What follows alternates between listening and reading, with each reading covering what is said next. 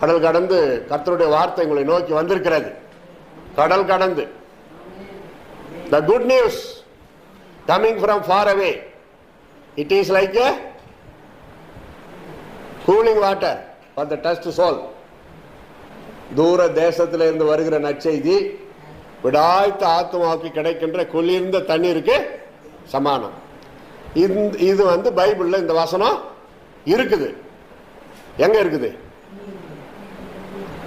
நீதிமொழிகள் 50 மார்க். நீதிமொழிகள் கரெக்ட். எத்தனாவது அதிகாரம், எத்தனாவது வசனம், அது ஃபுல்லா சொன்னதா 100 மார்க். நீதிமொழிகள் சொல்லிட்டாங்க, சகோதரி சொல்லிட்டாங்க, அட்டெம்ப்ட் பண்ணிட்டாங்க. மீதி யார் முடிக்கிறது? எத்தனையாவது அதிகாரம், எத்தனாவது வசனம்? இங்க நீ சொல்லக்கூடாது, அவங்களுக்கு நிறைய முறை கேட்டு கேட்டு பழக்கம்ல. டைம் ஆயினுக்குது, சொல்லிட்டுமா நானே? அதே ஒரே அதாவது என்ன அதிகாரமோ அதே வசனம், என்ன அதிகாரமோ அதே வசனம். உதாரணமா 2ஆம் அதிகாரம்னா 2ஆம் வசனம். ஆனா உண்மை அது இல்லை, இது உதாரணம். இல்ல சரி. 25 Proverbs 25 உங்க மெமரிக்காக குறிச்சிங்க. The good news coming from far away, it is like a cooling water for the thirsty soul. தாகமுள்ள ஆத்மாவுக்கு கிடைக்கின்ற குளிர்ந்த தண்ணீருக்கு சமானம். இது தூர தேசத்தில் இருந்து வருகிற நற்செய்தி. நாங்க தூர தேசம், அதாவது இலங்கை இல்லை, ஆக மொத்தம் இலங்கை கிடையாது. இந்தியா பெரிய நாடு, பார்த்துக்கிறீங்களா இந்தியா மேப்பு? ஆனா இந்தியான்னு சொன்னா பெரிய நாடு. எதுக்கு அவ்வளோட்டு சொல்லணும்? தமிழ்நாடு. உங்க இலங்கைக்கு கிட்ட இருக்கிற ஒரு வெளிநாடு எது? தமிழ்நாடு. அதனால நீங்க எப்பனாலும் கிட்ட வந்து போலாம். கர்த்தருடைய பரிசுத்த நாமத்திற்கு மகிமை உண்டாவதாக. கர்த்தருடைய பரிசுத்த நாமத்திற்கு அப்படி சொன்னாவே எங்க தமிழ்நாட்டில் மகிமை உண்டாவதாக அப்படி சொல்லுவாங்க. இப்ப சொல்லுங்க, கர்த்தருடைய பரிசுத்த நாமத்திற்கு மகிமை உண்டாவதாக. மகிழ்ச்சி. இருக்கிற மீதி நேரம் கர்த்தருடைய வார்த்தையை கேட்டு நம்ம பலப்படலாம். நல்ல ஆராதனை நேரம். இயேசு கிறிஸ்து நிலைத்திருக்கணும். அப்படி இருந்தால் அவர் என்ன செய்கிறார் நம்மளுக்குன்னு நல்லா சுருக்கமாக சகோதரி பேசினார்கள். அதை தொடர்ந்து அதனுடைய தொடர்ச்சினே வச்சுக்கலாம். நிலைத்திருக்கணும்னா, இயேசு கிறிஸ்துக்குள் நிலைத்திருக்கணும்னா சில விட்டுவிட வேண்டியதை விட்டுறணும். கரெக்டு தானே? நிலைத்திருக்கணும்னா இல்லை பரவாயில்ல, நான் எனக்கு தேவையில்லை இயேசுன்னா அவங்க இஷ்டம். இங்கே நம்ம வரணும், வேற எங்கன்னா போகலாமே. அப்போ இயேசு என்ன சொல்லுகிறார்? நல்ல உபதேசத்தை கொடுக்கிறார். தம்முடைய பிள்ளைகளுக்கு அவர் நல்ல சிறந்த உபதேசங்களை கொடுக்கிறார். ஒருவனுக்கு எவ்வளவு திரளான ஆஸ்தி இருந்தாலும் அது அவனுக்கு ஜீவனே அல்ல. எது ஜீவன்? கிறிஸ்து எனக்கு ஜீவன். அவ்வளவுதான், டைரக்ட் கனெக்ஷன். மரியம்மா இல்ல, கிறிஸ்து எனக்கு ஜீவன், சாவு எனக்கு ஆதாயம். மரியம்மா ஒரு நல்ல அம்மா, இயேசுவை பெற்றெடுத்த ஒரு அன்பு தாய். நம்ம மதிக்கிறோம். கிறிஸ்துமஸ் வந்தால் அவங்கள பற்றி பேசாத சர்ச்சே கிடையாது இல்லையா? அவமானங்களை எல்லாம் தாங்கி கொண்டு தேவகுமாரன் தன் வயிற்றில் பிறக்க தன்னை அர்ப்பணித்தவர்கள். அது நம்ம குறை சொல்ல முடியாது. ஆனால் அவர்கள் நமக்கு ஜீவன் அல்ல. நம்மை ரட்சித்தவர் இயேசு. நமக்கு மோட்சத்தில் இடத்தை ஆயத்தம் பண்ணி கொண்டிருக்கிறவர் இயேசு. இயேசு கிறிஸ்து தான் உலக ரட்சகர். அதனால மரியம்மா தெய்வத்துக்கு சமமும் அல்ல, அதே நேரத்தில் அவர்களை குறைத்தும் நம்ம பேசக்கூடாது. ஒரு பெற்றெடுத்த தாயை நம்ம எப்படி மதிக்கிறோமோ அதுபோல மரியம்மா மதிக்கப்படத்தக்கவர்கள். ஆனால் வணக்கத்திற்குரியவர்கள் அல்ல. அப்போஸ்தலர் 2ஆம் அதிகாரம் படிச்சு பாருங்க. மரியம்மா கூட மேல் மாடியில் பரிசுத்த ஆவிக்காக ஜெபம் பண்றாங்க. என்ன பண்ணியிருப்பாங்க நினைக்கிறீங்களா? ஏசப்பா எனக்கு கூட அந்த பரிசுத்தி தாங்க, பரிசுத்த ஆவியை தாங்க, என் மகனே நான் பெத்து போட்ட மகன் இயேசுவே எனக்கு பரிசுத்த ஆவி தாங்க, அப்படி கேட்டிருப்பாங்களா? அப்படி கிடையாது. இயேசு உலக ரட்சகர்னா மரியம்மாவுக்கும் ரட்சகர். இந்த உலகத்தில் இருக்கிற வரைக்கும் தான் மகன். அவர் உயிர் தெழுந்து பரலோகம் போயிட்ட பிறகு இயேசு எல்லாருக்குமே ரட்சகர் ஆயிட்டார். அந்த உலக ரட்சகர் இயேசு கிறிஸ்து சீக்கிரம் வரப்போகிறார். அதான் உண்மையான உபதேசம். பிதாவானவருக்கெல்லாம் இயேசு கீழ்ப்படிந்து நடந்ததுனால பிதாவானவர் இயேசுவை தான் அனுப்புறார். உங்க ரத்தத்தால் மீட்ட ஜனங்கப்பா, மகனே என் வார்த்தைக்கு அப்படியே கீழ்ப்படிஞ்சு போனேன், சிலுவையில் அறையப்பட்ட உயிர்த்தெழுந்து வந்தேன். இப்போ உன்னுடைய ரத்தத்தால் மீட்கப்பட்ட மக்களை நீயே போய் மீட்டு கொண்டு வா. அதான் கடைசி மீட்பு. There are 3 steps in salvation. ரட்சிக்கப்பட்டேன். நம்ம எப்போ இயேசுகிட்ட வந்தோமோ அதுதான். ரட்சிக்கப்பட்டு கொண்டே இருக்கிறேன். ஒவ்வொரு நாளும் நான் ரட்சிக்கப்பட்டு கொண்டே இருக்கிறேன். பாவம் வருது, சோதனை வருது, இச்சை வருது, அதை எதிர்த்து பரிசுத்த வேதத்தை தியானம் பண்றேன், ஜெபிக்கிறேன். அதனால நான் பரிசுத்தமா வெற்றியா முடித்தேன். அதுதான் ஒவ்வொரு நாளும். ஆமா, பாவத்தில் விழுந்துட்டு அப்புறம் பாவ மன்னிப்பு கேட்கறது இதுல சேராது. அது தனி. அதுக்கு 4 நாள் உபாசம் போட்டு ஜெபம் பண்ணாதான், வேற வழி இல்லை. பாவத்தில் விழாமலேயே நான் ரட்சிக்கப்பட்டு கொண்டே வருகிறேன். அதான் பாதுகாப்பு. 3rd ஸ்டேஜ் தான் இயேசு வருவார். பாவம் நிறைந்த இந்த உலகத்தில் இருந்து நம்ம எடுத்துக்கொண்டு செல்ல இயேசு கிறிஸ்து ஒரு நாளைக்கு வருவார். அப்பொழுது நான் ஆண்டவரிடத்தில் போய் சேருவேன், ரட்சிக்கப்படுவேன். Future life. இயேசு வரும்பொழுது நான் எடுத்துக்கொள்ளப்படுவேன். இதான் நமக்கு ரொம்ப ரொம்ப முக்கியம். அப்படின்னா சில காரியங்களை இந்த உலகத்தில் நம்மை எதிர்கொண்டு வருகிற தாக்குகிற சில காரியங்களை நம்ம விட்டுவிட வேண்டியதா இருக்கிறது. ஒரு அப்பா கீழே நிற்கிறாரு, வீடு தீப்பற்றி எரியுது, பையன் பால்கனியில் நின்று கத்துறான், வீடு ஃபுல்லா அங்க எரியுது, 3வது மாடி. அப்பா சொல்றாரு டவுன், ஜம்ப். அப்பா சொல்றாரு குதி, நான் பிடிச்சுக்கணும். சொல்றது யாரு? அப்பா. பையன் நம்பி குதிக்கிறான். என்ன சொல்றது யாரு? அப்பா. அதுபோல சொல்லுவது நம்ம ஏசப்பா. நம்பிக்கை. ஒரு பிளைட்டு தொட தொட தொடன்னு ஆடுது, ஜனங்கள்லாம் பயப்படுறாங்க, எல்லாரும் ஒண்ணுமே புரியல, அலறாங்க, கத்துறாங்க. அதுல ஒரு சிறு பெண்மணி அமைதியா இருக்குது. வழக்கம் போல வீட்டில் ரூம்ல உக்காந்து அமைதியா இருப்பாங்களே, அது மாதிரி தான் அமைதியா இருக்குது. ஒரு ஐயா கேட்டார், என்ன பாப்பா பிளைட் இப்படி இருக்குது, எங்க எங்க விழுந்து நம்ம எல்லாம் சாப்பிட போறோமோ தெரியல, நீ என்ன அமைதியா இருக்கிற, ஒரே குஷியா இருக்கிற, நாங்க பயந்துகிட்டு இருக்கிறோம் அப்படின்னு. அந்த பெண்ணு சொன்னதான், எனக்கு பயம் கிடையாது, பிளைட்டை ஓட்டுறது எங்க அப்பான்னுச்சான். பிளைட்டை ஓட்டுறது எங்க அப்பா, பைலட்டு எங்க அப்பா தான். எங்க அப்பா பத்தி எனக்கு நல்லா தெரியும், அவரு திறமைசாலி, பத்திரமா திறமையா கொண்டு போய் சேர்ப்பார் என்று அந்த பெண் சொன்னது. அதான் நம்பிக்கை. வாழ்க்கை போராட்டங்கள் வந்துடுறதுனால நம்மளை கைவிட்டுட்டார் என்று நினைக்க கூடாது. அப்போ நமக்கு அற்புதம் நடக்கணும், நம்ம இயேசு கிறிஸ்துவோடு நிலைத்து இருக்கணும். அற்புதத்தை நம்புகிறது கிறிஸ்தவ சமுதாயம். நம்ம வாழ்க்கையில் எவ்வளவு அற்புதங்கள் இயேசு அப்ப செய்திருக்கிறார், அதெல்லாம் சொல்ல சொன்னா எல்லாரும் சொல்லுவீங்க. அப்படி நன்றி உள்ளவர்களா இருக்கிறோம். அப்போ வசனத்தை மட்டும் நான் சொல்றேன் பாருங்க. 1 தெசலோனிக்கேயர் 5:22 குறிச்சிக்கங்க, நானே படிக்கிட்டு போறேன். பொல்லாங்காய் தோன்றுகிற எல்லாவற்றை விட்டு விலகுங்கள். 1 Thessalonians chapter 5 verses 22. Avoid what is evil things. You get away from that.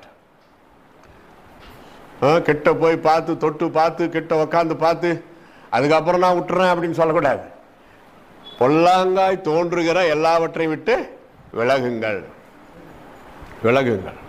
கர்த்தருடைய பிள்ளைகளை சில காரியங்கள் பின்னாடி ஃபாலோ பண்ணும். கர்த்தருடைய பிள்ளைகளை கண்டிப்பா ஃபாலோ பண்ணும். பிசாசு வேலையா தானே. பிசாசுனா என்ன? எல்லாம் நம்ம சொந்தக்காரர் தான். என்ன அங்க ஜெபம் பண்றதுக்கு போற, என்னதான் வாரிக்கிட்டா? இயேசு அழைக்கிறார், பிரேயர் டவர்.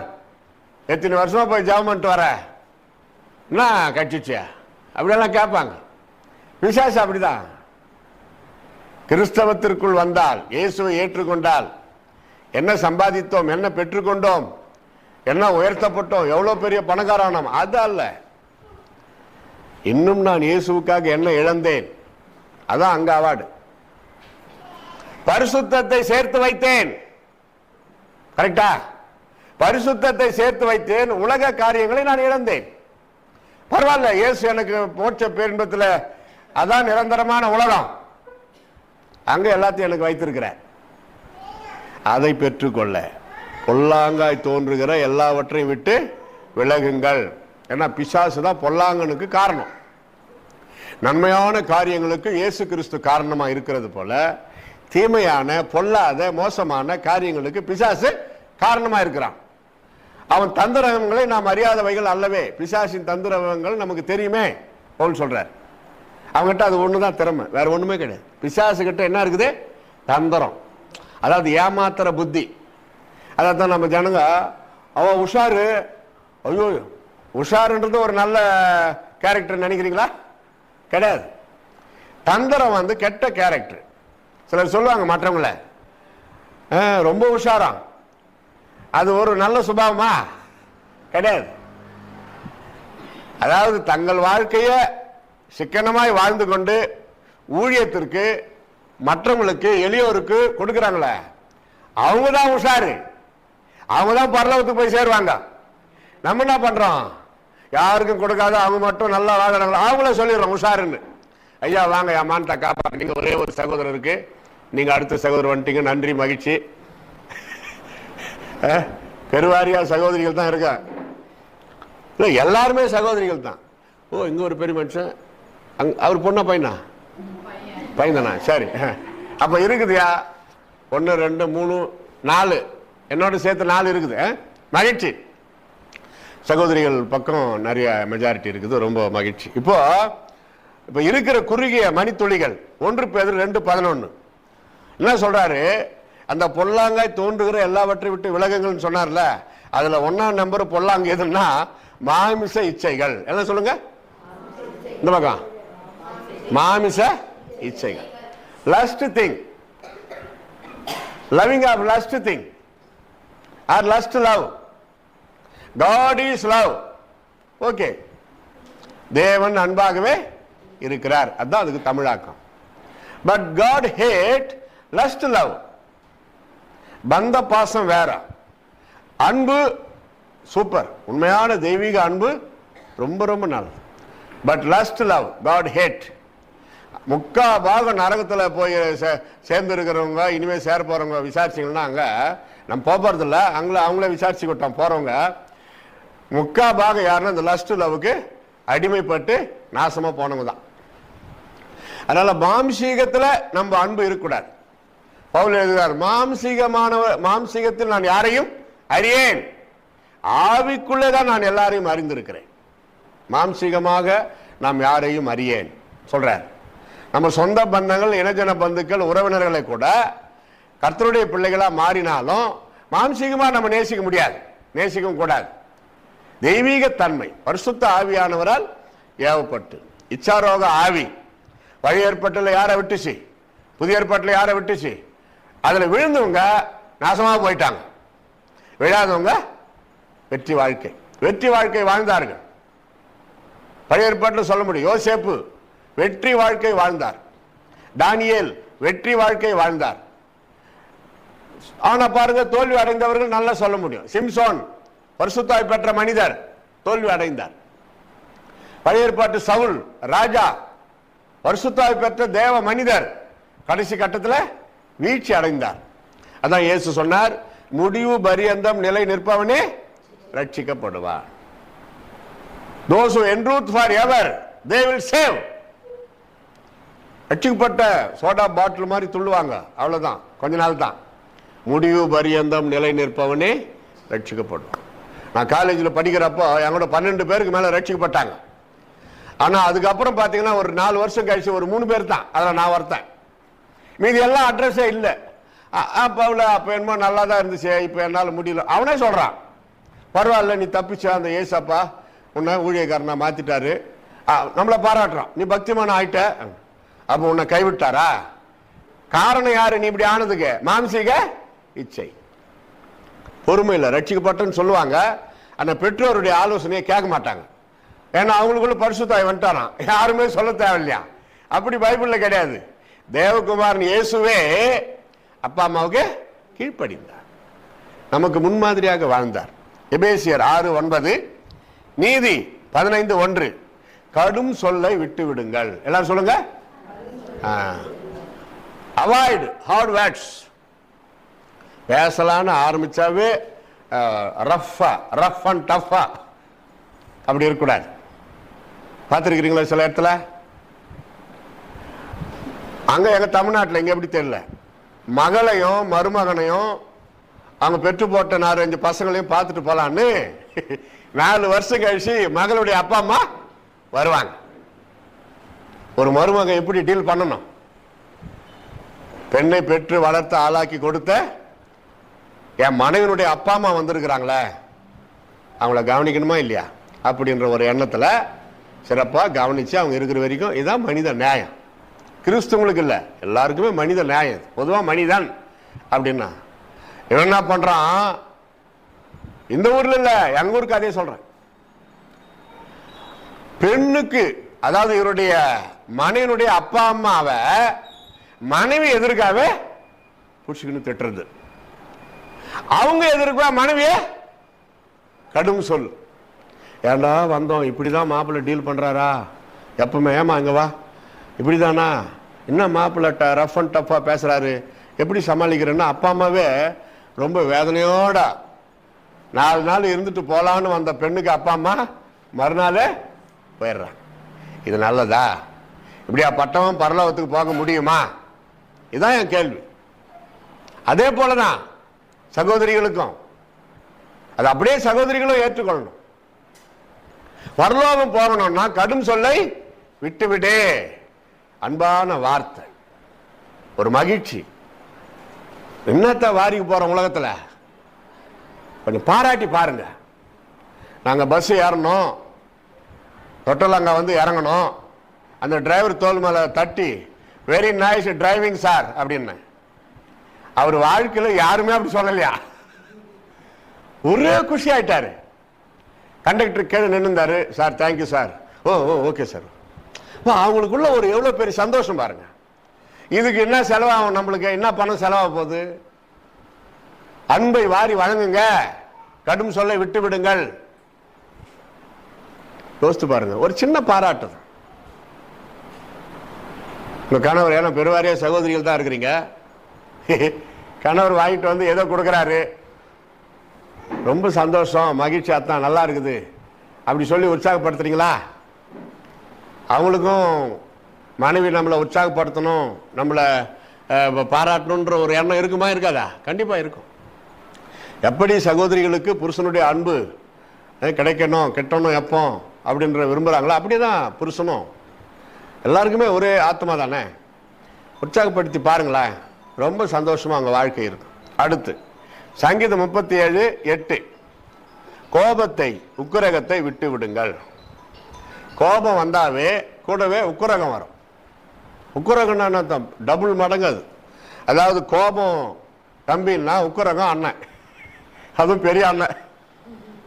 கொஞ்சம் கோபம் வர்றப்ப அதை நிறுத்தி பாருங்க, உக்கிரகம் அங்க வராது. யோசித்து பாருங்க, கொஞ்சம் கோபம் வர்றப்ப அதை விட்டுடுன்றாரு. இயேசு கோபமே படாதுன்றாரு.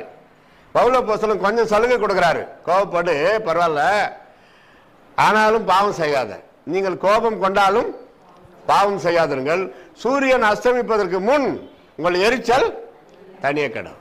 அந்த சாயந்தரத்தில் குடும்ப ஜபம், சாப்பாட்டுக்கு முன்னாடி குடும்ப ஜபம், கணவன் மனைவி பிள்ளைகள் எல்லாம் சேர்ந்து ஸ்தோத்திரம் பண்ணி ஜபம் பண்ணி, அப்போ என்ன ஆகுன்னா அங்கே செட்டில் ஆயிரும். அப்புறம் இரவு நல்லா சந்தோஷமா சாப்பிட்டு தூங்கலாம். ராத்திரி தூங்குற வரைக்கும் கூட கோபத்தை வச்சுன்னு தூங்கினா கனவுல பேய் வரும், பேய் வந்து அமுக்கும், அந்த சண்டை தொடரும், அந்த வாக்குவாதம் கனவுல தொடரும், தொடர் கனவுகள். நல்ல கனவு, தொடர் கனவு. நம்ம ஜான் பனியன் ஐயா மாதிரி, ஜான் பனியன் ஒரு நல்ல ஒரு மிஷினரி இருந்தார். சுவிசேஷத்தை அறிவித்தது நிமித்தம் ஜெயிலில் போட்டாங்க. தினந்தோறும் அவர் தூங்குறப்ப கனவு வருமா, மறுநாள் அதனுடைய தொடர்ச்சி மறுநாள் வருமா, அதனுடைய தொடர்ச்சி மறுநாள் வருமா, இப்படி அதெல்லாம் ஞாபகத்தில் வச்சிருந்ததான் மோட்ச பிரயாணம்னு ஒரு புக் எழுதினாரு. கஷ்டம் இல்லாத பிரைஸ் லார்ட், அல்லேலூயா. அப்போ முன்னாடியே வந்தவங்க பின்னாடி வந்தவங்களுக்கு அப்புறம் சொல்லுங்க. சரி, என்னது? முதலாவது மாம்ச இச்சைகளை விட்டு விடுங்கள், இரண்டாவது கடும் சொல்லை விட்டு விடுங்கள், மூன்றாவது கோபத்தையும் உக்கிரகத்தையும் விட்டு விடு. புருஷனுக்கு கோபம் வந்துருச்சு, கல்யாணம் ஆனவங்க கவனிங்க, புருஷனுக்கு கோவம் வந்துருச்சு, நீங்க பரிசுத்த ஆவி உங்ககிட்ட இருக்குதா இல்லையா? ஏசு அழைக்கிறாருக்கு வர்றீங்க, ஜெபம் பண்றீங்க, எவ்வளவு சந்தோஷமா போறீங்க வீட்டுல. இங்க ரைட்டு, வீட்டுக்கு போனதுன்னா நம்ம யாருன்னு தெரியும் சமுதாயத்துல. ஐயா வாங்க, ஸ்தோத்திரம், வாங்க, ரொம்ப மகிழ்ச்சி நீங்க வந்தது, வாங்க. கர்த்தர் எங்க பக்கம் கொஞ்சம் கொஞ்சமா எண்ணிக்கை ஏத்துறாரு. கோவம் வந்துருச்சு புருஷனுக்கு. பரிசுத்தாய் பெற்ற ஒரு மனைவி என்ன சொல்லலாம்? அத்தான், நீங்க கோபம் கொண்டாலும் உங்க முகம் அழகா இருக்குதுன்னு சொல்லி பாருங்களா. இந்த உலகத்துல ஒருத்தரை நான் அது மாதிரி கண்டுபிடிக்க முடியலையா, இது வரைக்கும் கிடையாது. இந்த புருஷனத்தை ஒரு இடத்துல நான் பேசி முடிச்சேன், மறுநாள் என் மனைவி சொன்னாங்க, கோவப்பட்டேன் அதுக்கு. ஏன்னா முன்னாடி நான் தான் புருஷனத்தை கேட்டாங்க, நீங்க கோபம் போட்டாலும் அழகா இருக்குன்னு சொல்லிட்டாங்க. ஓஹோ, நான் சிரிச்சுட்டேன், ஏன்னா நேற்று பண்ண புருஷங்க கிரியை செய்துன்னு. அதுக்கப்புறம் நானும் கோவப்படல, அவங்களும் அந்த மாதிரி சொல்ற மாதிரி நானும் இல்லை. பாத்தீங்களா, ஒரு சின்ன சிரிப்பு, ஒரு சின்ன நகைச்சுவை கோபத்தை நிறுத்துது. உனக்கு தான் கோபம் வருமா, எனக்கு வராதா? அப்படி கேட்டாவே அங்க போச்சு. என்னமோ வரங்களை பெற்றுக்கொள்றதுக்கு துடிக்கிற மாதிரி இருக்குது. இது 60% புருஷனுக்கா, எனக்கு 70% இருக்குதுன்னா அதுல ஒரு பெருமையா? அதுல இல்ல பெருமை. பொறுமையில ஒரு சந்தோஷம், ஒரு அன்புல ஒரு சந்தோஷம். கடைபிடிச்சு பாருங்களேன், பரலோகத்துல ஆண்டவர் உங்களுக்கு மிகுந்த பலனை வைத்திருக்கிறார். அடுத்து நீதி 7, 14, 15, 18, 30, 33 அதனுடைய தொடர்ச்சி தான். சண்டையை விட்டு விடுங்கள். சில இடத்துல நான் அதை பார்த்துருக்கிறேன். டே அவனுக்கு கோவம் ஓவரா போயிடுச்சு, இனிமே பேசாத. ஒருத்தர் திடீர்னு வருவாரு, அவர் அடிக்கிடுவாரு. அதான் சண்டை வர்றதுக்கு முன்னாடி நிறுத்து, விவாதத்தை நிறுத்து. அந்த வாக்குவாதம் வேண்டாம். வாதம் ஒரு வியாதி, தெரியுமா உங்களுக்கு? வாதம் ஒரு வியாதி, வாத நோய். அப்ப வாக்குவாதம் அது பெரிய வியாதி.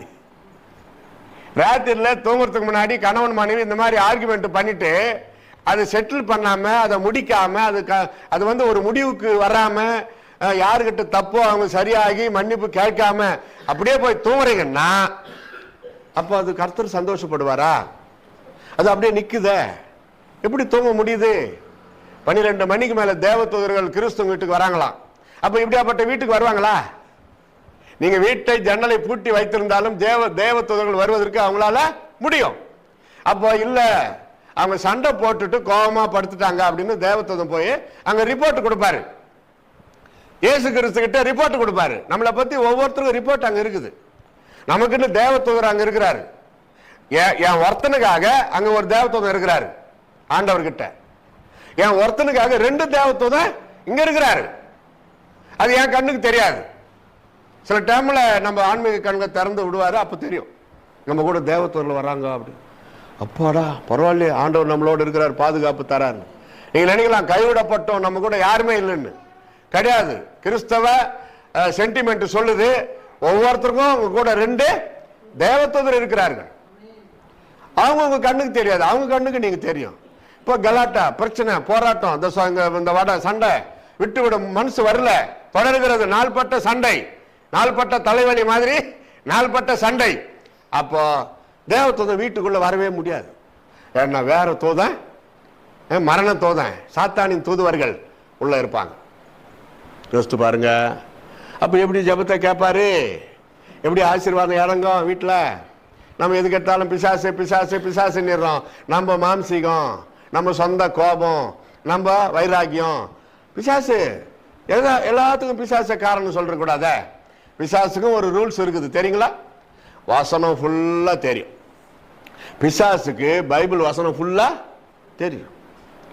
ஒரு வீட்டுல கணவன் மனைவிக்கு சரியான சண்டையா. பாஸ்டர் வந்திருக்கிறாரு. இந்த மாதிரி எல்லாம் இருக்கக்கூடாது, ஒட்டிப்பாடு அன்பா இருக்கணும் எல்லாம் சொல்லிட்டு புத்திமதி ஒட்டிப்பாடு 2 பேர் பொல்லாத பிசாசு, எங்க மத்தியில சண்டை உண்டாக்குற பிசாசு, எங்களை விட்டு ஓடிப்போ, ஹல்லேலூயா ஆமென் எல்லாம் சொல்லிட்டு அவர் போயிட்டார். 2 பேர் ஸ்டாப் ஸ்டாப் ஸ்டாப் மோட்டார் சைக்கிளை நிறுத்திட்டாங்க. யாரு? பிசாசு. ஐயா பாஸ்டர் தானே? ஆமா. இறங்க, மோட்டார் சைக்கிளை விட்டு கீழே இறங்கிட்டேன். என்ன விஷயம்? அந்த வீட்டில் போய் என்ன ஜெபம் பண்ணீங்க?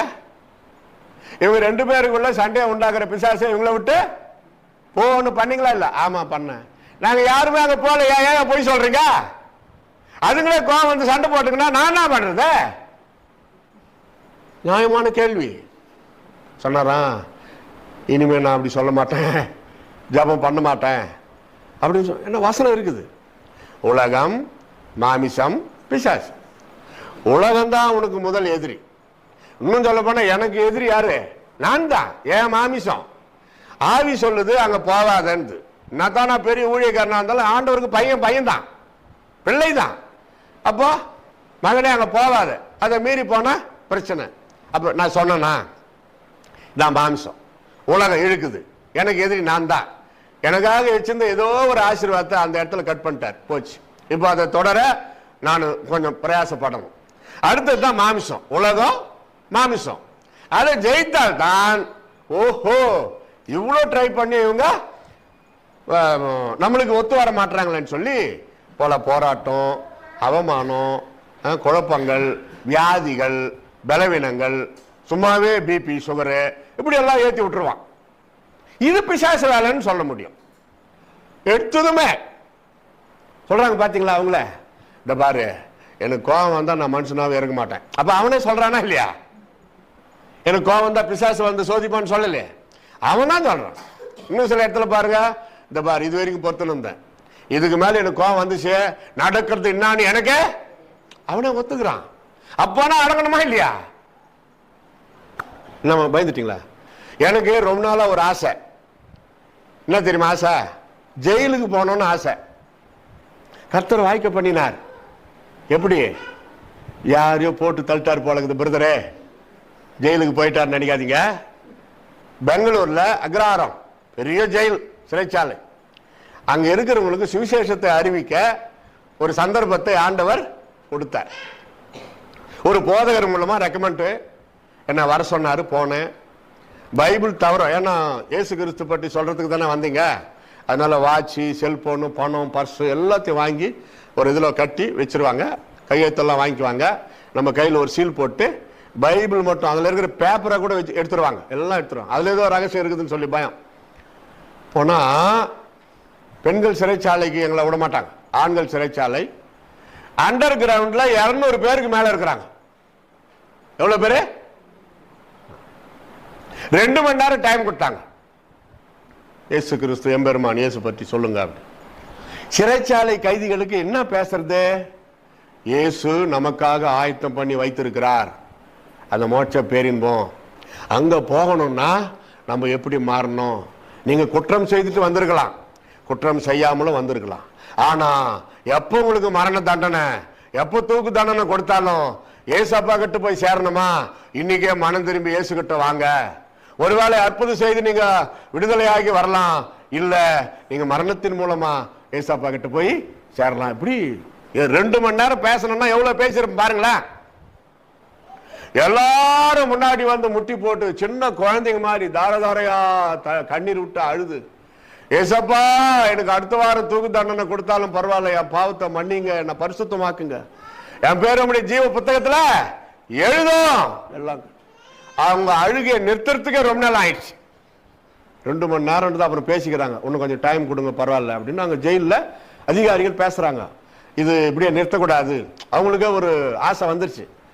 எல்லாம் முடிச்சுட்டதும் ஐயா சொல்றாங்க பாருங்க சாட்சி, ஐயா நாளைக்கே என்ன தூக்கு தண்டனை கொடுத்தா கூட எனக்கு கவலை இல்லையா, நான் ஏசப்பா கிட்ட இருப்பையா, நான் ஏசப்பா கிட்ட இருப்பையா, ஏசியா உள்ளத்துல வந்துட்டாரியா, ஐயா வாங்க பிரைஸ் லார்ட், எண்ணிக்கை ஏறுகிறது, வாங்க பிரைஸ் லார்ட், பிரைஸ் லார்ட். அப்போ எல்லாருக்கும் ஒரே குஷி ஆயிடுச்சு, மகிழ்ச்சி, ரட்சிக்கப்பட்டாங்க. அட் ஏ டைம்ல 200 பேரு ரட்சிக்கப்பட்டாங்கன்னா அந்த ரட்சிப்பை குறித்து பேசின ஒரு ஊழியக்காரருக்கு எப்படி இருக்கும்? எனக்கு அங்க கணக்கு இருக்குது இல்லையா, அந்த குஷியில நான் மயங்கிட்டேன், ஏசப்பாவை ஸ்தோத்திரம் பண்றேன். அப்புறமா பேசி முடிச்சுட்டுதான் சரி ரொம்ப சந்தோஷம். ஒரு சின்ன கேள்வி, என்ன நடந்ததை திருப்பி ஞாபகப்படுத்தக்கூடாது, கேட்கக்கூடாது, ஆனா தெரிஞ்சுக்கிறதுக்காக கேட்கறேன், எதனால வந்தீங்க ஜெயிலுக்குன்னு கேட்டேன். நீங்க என்ன தப்பு பண்ணிட்டு வந்தீங்க அப்படின்னு கேட்டேன். கேட்கணுமா இல்லையா? அவங்க என்ன சொன்னாங்கன்னா,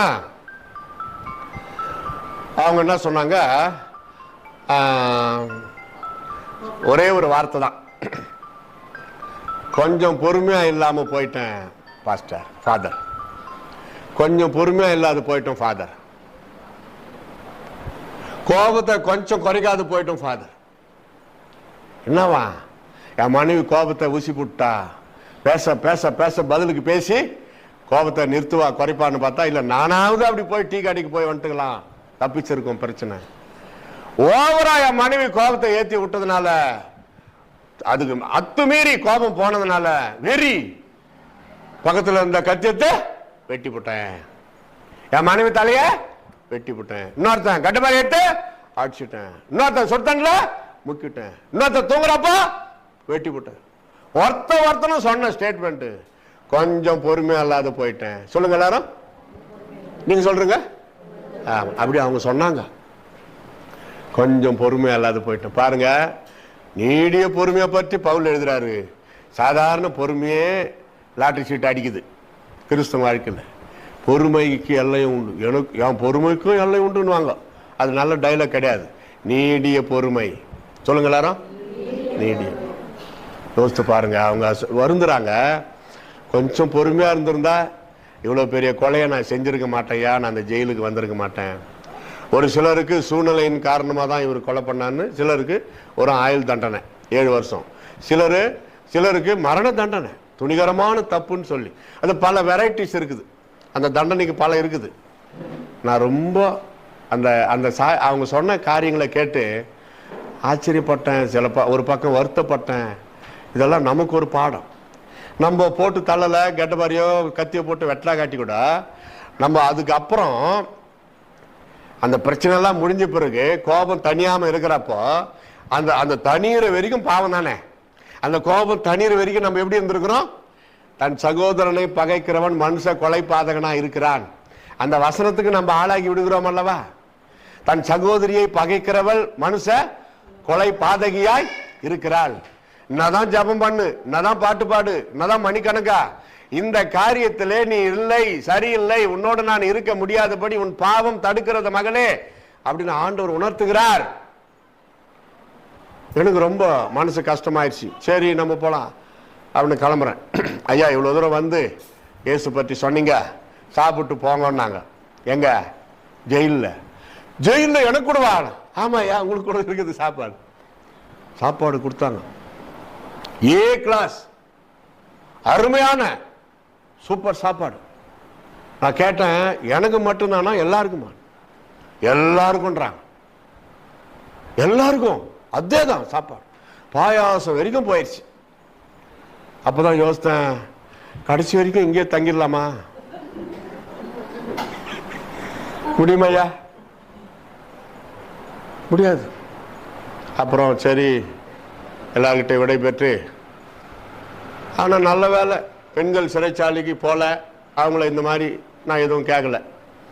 எப்படி எதனால நீங்க சிறைச்சாலைக்கு வந்தீங்கன்னு இந்த ஆம்பளைங்களை கேட்ட மாதிரி பெண்களை கேட்டிருந்தா அவங்க என்ன சொல்லியிருப்பாங்க? எங்க வீட்டுக்காரர் என்ன பயங்கரமா திட்டி விட்டாரு, தூக்கின்னு இருக்கிறப்போ அம்மிக்கல்ல தூக்கி போட்டேன். அப்படிதான் அங்க வரும். நல்ல வேலை எங்களை அதுக்கு அனுப்பல. அனுப்பியிருந்தா இதே சுவிசேஷத்தை அவங்களுக்கும், நாங்க கிறிஸ்துக்குள் ஆண் என்றும் இல்லை பெண் என்றும் இல்லை, எவ்வளவு இடத்துக்கு போய் சுவிசேஷத்தை அறிவிக்கிறோம். முடிக்கலாமா? இன்னும் இருக்குதா டைம்? 2-3 நிமிஷம் இருக்குதாமா? இந்த வசனம் மட்டும் சொல்லிடுறேன். ஏசாயா 1:16, சங்கீதம் 34:14, சங்கீதம் 37:27. தீமையை விட்டு விலகுங்கள். சொல்லுங்க. இதை விளக்க ஆரம்பித்தால், தீமையை விட்டு விலகுங்கள், இதை விளக்க ஆரம்பித்தால் சாயங்காலம் விடியற்காலம் ஆகி 8வது நாள் கூட ஆயிடும். வாசனை மட்டும் குறிச்சிங்க. அடுத்து யாக்கோபு 1:21, கொலோசையர் 3:8, எபேசியர் 4:31. துர்க்குணத்தை விட்டு விடுங்கள். எல்லா பாவத்துக்கும் மூல காரணம் இந்த துர்க்குணம். நம்ம இருதயத்தில் தோன்றுகிற சிந்தனா சக்தியின் பாவம். நினைப்பு தான் பிழைப்பை கெடுத்தது என்று தமிழ்நாட்டில் ஒரு பழமொழி. இங்க இருக்குது அந்த பழமொழி. உன் நினைப்பு தான் உன் பிழைப்பை கெடுக்கும், உன் நினைப்பு தான் உன் பிழைப்பை கெடுக்கும் அப்படின்னு சொல்லுவாங்க. நம்ம நினைப்பு நல்லதா இருந்தா கொடுக்கும், நல்லதை கொடுக்கும். நம்ம சிந்தனை வச்சுதான் நம்ம வாழ்க்கை. நம்ம சிந்தனை என்ன? நல்லதா, உயர்ந்ததா, சிறந்ததா, பக்திக்குரியதா, பரிசுத்தத்திற்குரியதா, மற்றவங்களுக்கு நல்லதை செய்யலான்ற ஆசையா, நல்லா இருக்குதா, ஆண்டவர் உனக்கு ஃப்ரெண்ட் ஆயிடுவாரு. கை தட்டுங்க அல்லேலூயா. நீ ஏன் ஃப்ரெண்டு நைனா, நான் நினைக்கிற மாதிரி எல்லாம் நீ நினைக்கிற, நீ தான்டா எனக்கு வேணும் மகளே, நீ தான் எனக்கு வேணும். பெருவாரியா சகோதரிகள் இருக்கிறீங்க, மகளே ஆண்டவரே அம்மான்ற அழைக்கிற அளவுக்கு நீங்க அந்த உயர்ந்த ஒரு இடத்திற்கு நீங்கள் செல்ல முடியும் இந்த பக்தியில, குணத்துல. அல்லேலூயா சொல்லுங்க. என் சித்தத்தின்படி, என் பிதாவின் சித்தத்தின்படி செய்கிறவர்களே எனக்கு சகப்பனும் தாயும் சகோதரனும் சகோதரியுமா இருக்கிறார்கள். அந்த வார்த்தைக்கு நீங்க ஆளாக முடியும். இயேசுவே உங்களை தகப்பனும் தாயை போல, இயேசு அவர் உங்களை நேசிக்கிற அளவுக்கு ஒரு உங்களுக்கு மகனாக மாறுற மாதிரி அவருடைய, ஏன்னா இயேசு அப்படி குழந்தை உள்ளம் கொண்டவர்.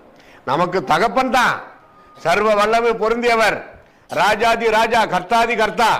ஆனால் அவர் சொன்ன இந்த வார்த்தை பாருங்க, இதோ தன் சீடர்களை பார்த்து சொல்றாரு, இவர்களே எனக்கு சிநேகிதரும் சகோதரரும், என் சித்தத்தின்படியும் என் பிதாவின் சித்தத்தின்படியும் செய்கிறவர்களே எனக்கு சகோதரரும் சகோதரியும் எனக்கு தாயும் தகப்பனுமாய் இருக்கிறார். இது போதாதா? இதுக்கு மேல வேற என்ன வேணும்?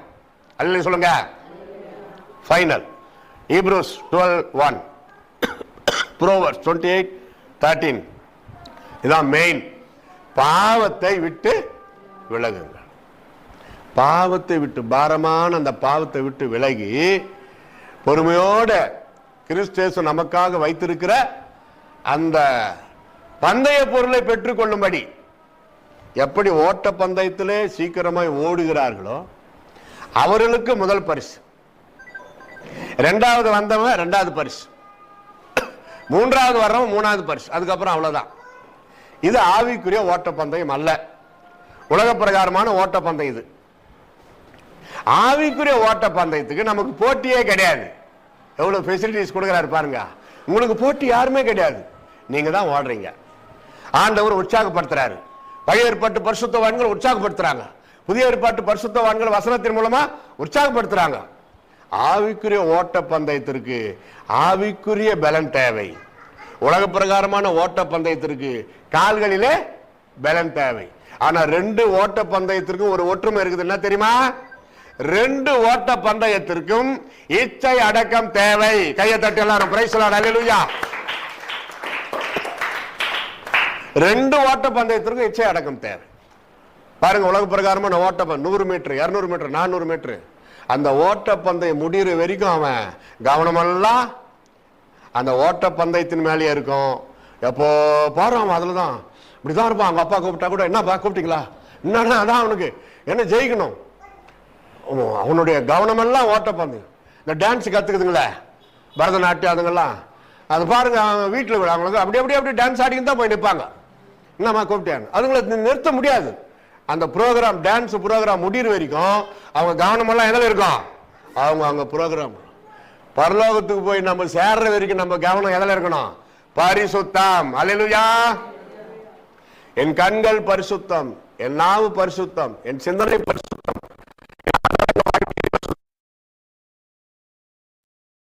மனைவிக்கு உண்மையா இருக்கிறது, மனைவி கணவனுக்கு உண்மையா இருக்கிறது, பெற்றோர் பிள்ளைகளுக்கு உண்மையா இருக்கிறது, இதுதான் பரிசுத்தம். பரிசுத்தம் என்ன? முயற்சி, நம்ம ஜெபம், ஆண்டவரை சந்தோஷப்படுத்துகிற காரியம். பாவம் ஒரு மனிதனை தேவனிடத்தில் இருந்து பிரிக்கும். இதை மாற்ற, இதை மறுக்க யாராலையும் முடியாது.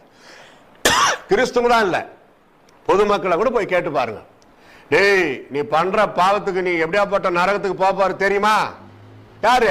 கிறிஸ்தவர் அல்லாத ஒரு அம்மா திட்டுது அவங்க யாரையா சொந்தக்கார பையனை. அப்ப நரகம்னு ஒண்ணு இருக்குதுன்னு தெரியுது அவங்களுக்கும், சொர்க்கம் தெரியுது.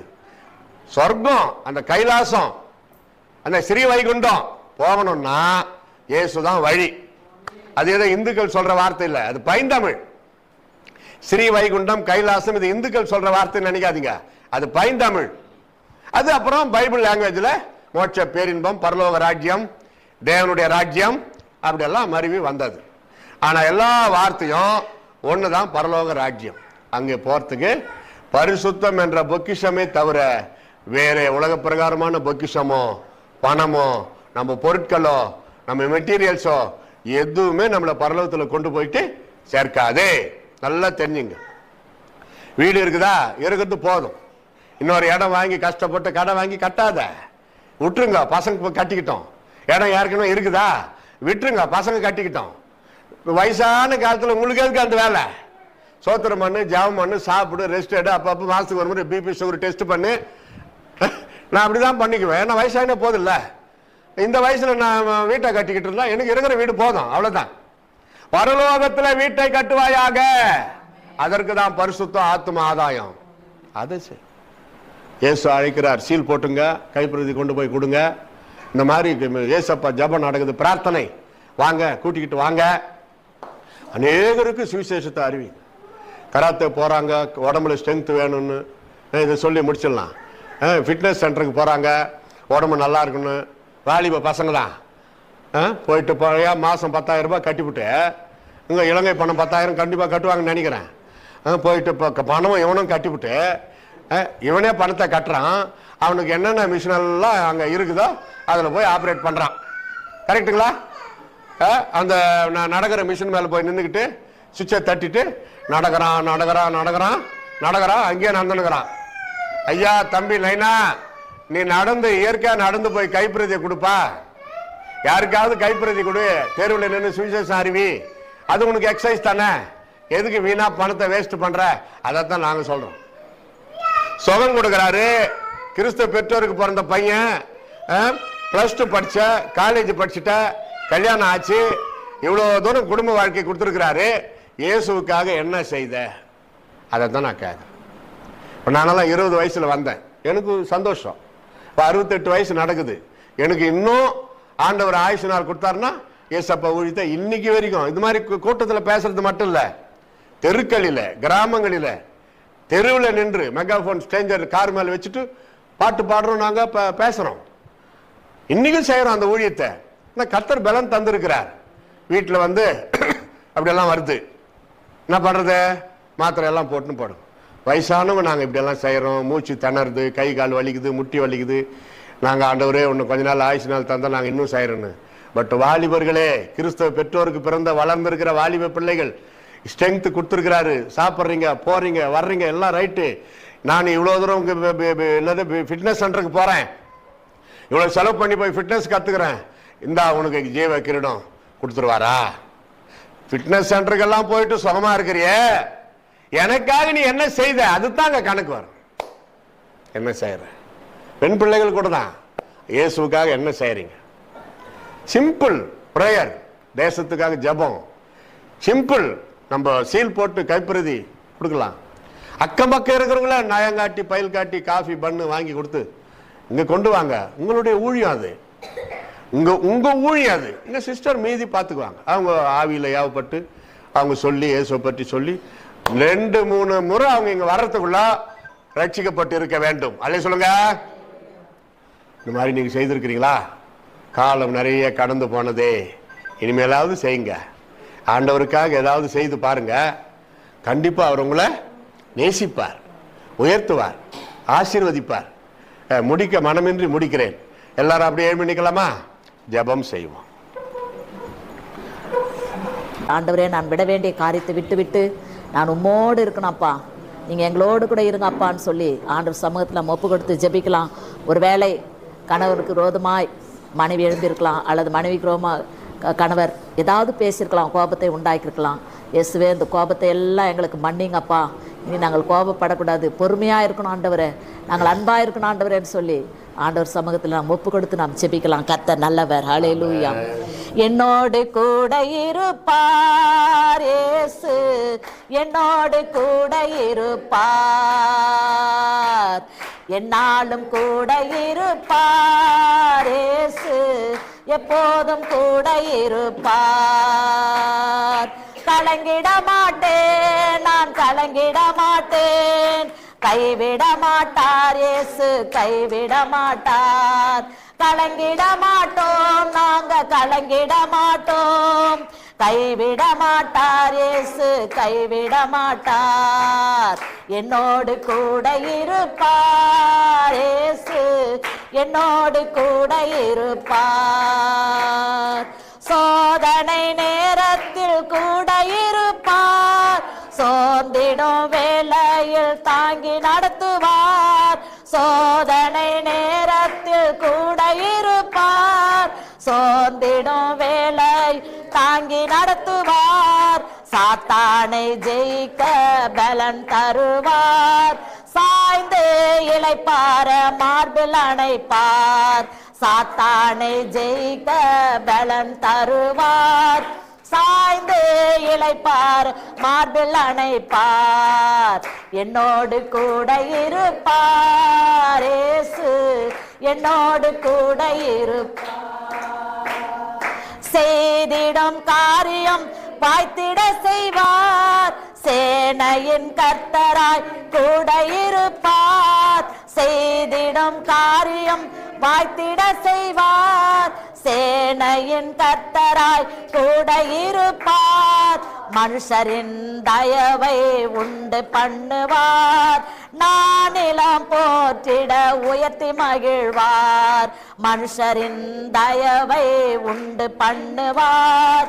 நானிலம் போற்றிட உயர்த்தி மகிழ்வார். என்னோடு கூட இருப்பார் இயேசு, என்னோடு கூட ஆவியின் கனியால் அலங்கரிப்பார். வல்லமை வரங்களை பெருக பண்ணுவார். ஆவியின் கனியால் அலங்கரிப்பார். வல்லமை வரங்களை பெருக பண்ணுவார். போக்கிலும் வரத்திலும் கூட இருப்பார். பரலோக வாழ்வை எனக்கு தருவார். போக்கிலும் வரத்திலும் கூட இருப்பார். பரலோக வாழ்வை எனக்கு தருவார். என்னோடு கூட இருப்பார் இயேசு, என்னோடு கூட இருப்பார்.